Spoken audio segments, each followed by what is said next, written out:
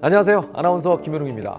의료기술의 발달로 기대 수명이 점점 길어지고 있다는 사실 모두 알고 계실 텐데요. 실제로 한국인의 기대 수명은 1970년 62.3세에서 2018년 82.7세로 증가했다고 하는군요.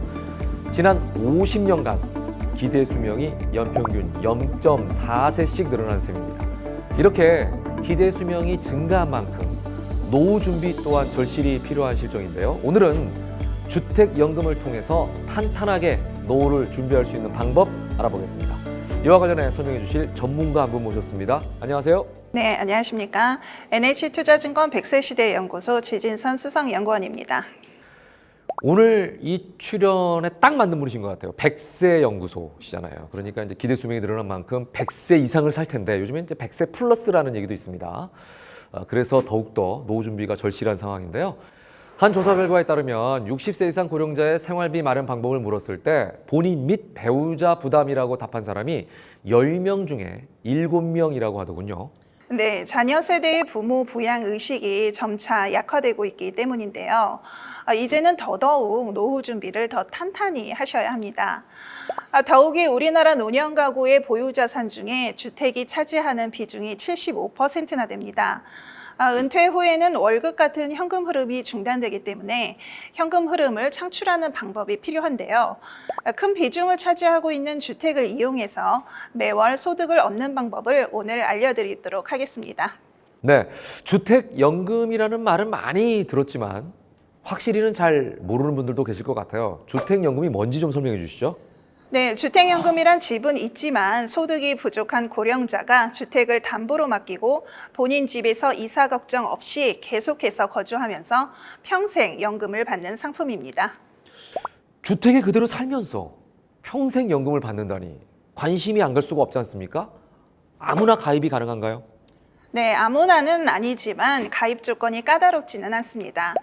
주택연금 가입은 부부 중 한 명이 만 55세 이상이고 주택 가격이 9억 원 이하면 가입할 수 있습니다. 다주택자인 경우에는 보유주택이 합산 가격이 9억 원 이하면 가입할 수 있습니다. 참고로 최근에 주택연금 가입 주택가격 상한을 시가 9억 원에서 공시가격 9억 원으로 바꾸는 개정안이 통과되었거든요. 향후에는 시가 12억에서 13억 원 주택 보유자도 주택연금에 가입할 수 있을 것으로 전망됩니다. 조금 더 현실화가 된 것 같아서 다행이라는 생각도 드네요. 주택연금의 혜택을 받을 수 있는 분들이 더 늘어나게 됐다는 생각이 드는데, 자, 그러면 지금까지 주택연금은 얼마나 가입됐습니까? 네, 주택연금을 처음 시작한 2011년에는 연간 가입자 수가 2,900여 명이었는데 2016년부터는 매년 신규 가입자 수가 10,000명이 넘고 있습니다. 이번에 상반기 기준 총 가입자 수는 76,158명에 달합니다. 이들 가입자의 평균 연령은 72세, 평균 주택가격은 3억 원, 평균 월 지급금은 102만 원입니다. 오, 생각보다 많은 사람들이 주택연금을 알고 또 이미 활용하고 계셨군요.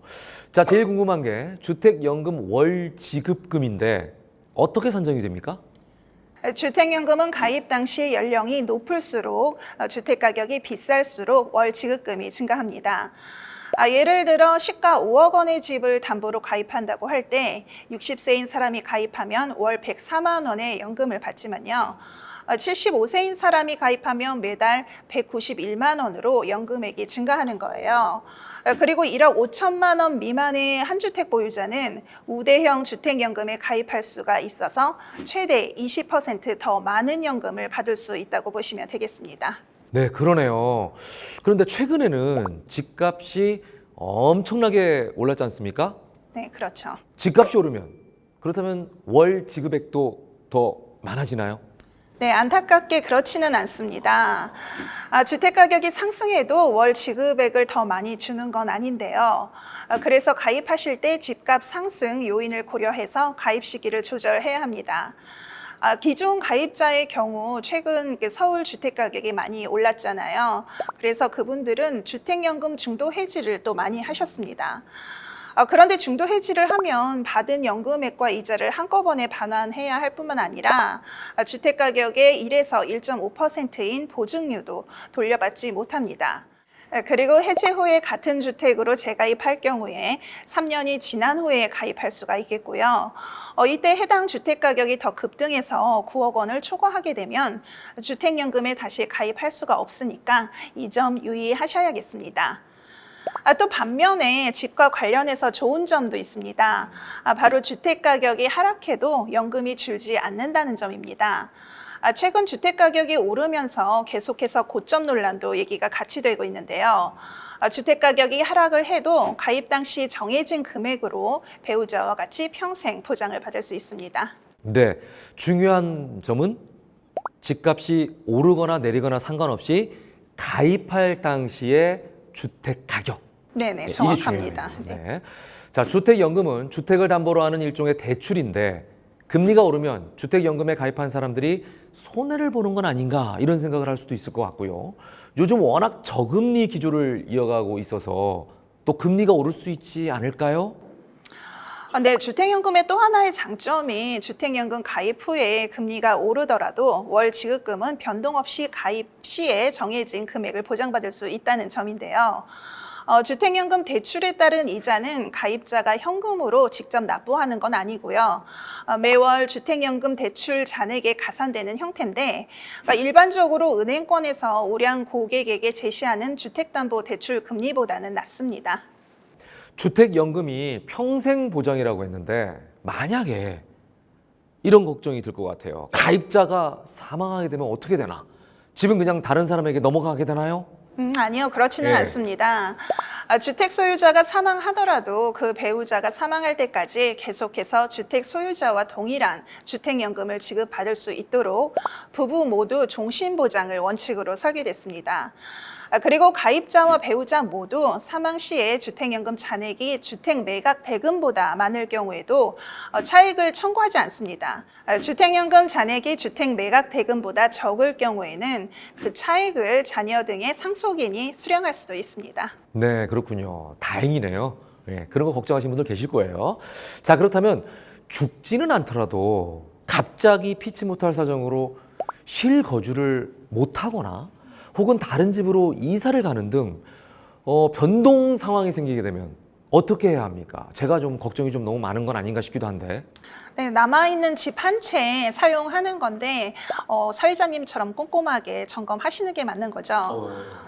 주택연금은 사실 기본적으로 1년 이상 거주하지 않으면 주택연금 지급이 종료가 되는데요.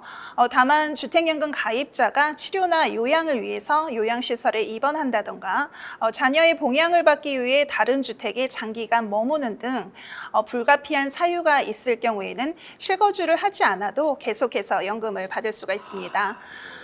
이 경우에는 가입주택을 전부 빌려줄 수 있기 때문에 주택연금을 계속 받으면서 임대소득까지 얻을 수 있는 거죠. 주택연금 이용 중 이사로 거주지를 이전하는 경우에는요, 담보주택을 변경하면 주택연금을 또 계속 수령할 수가 있습니다. 다만 이사하려는 주택의 가격 차이에 따라서 월지급금이 달라지거나 정산해야 하는 부분도 발생할 수 있으니까 이 점도 참고를 해주시기 바랍니다. 네, 말씀을 들으니 좀 안심이 되네요. 예. 주택연금, 연금을 지급하는 방식도 여러 가지가 있다고 들었는데 어때요? 주택연금 지급 방식은 종신 지급 방식과 확정 기간 방식이 있는데요. 국민연금 수령 금액이 많지 않고 활용할 다른 자산도 없을 경우 종신 지급 방식이 안정적인 노후 생활과 장수 리스크에 대비해서 유리합니다.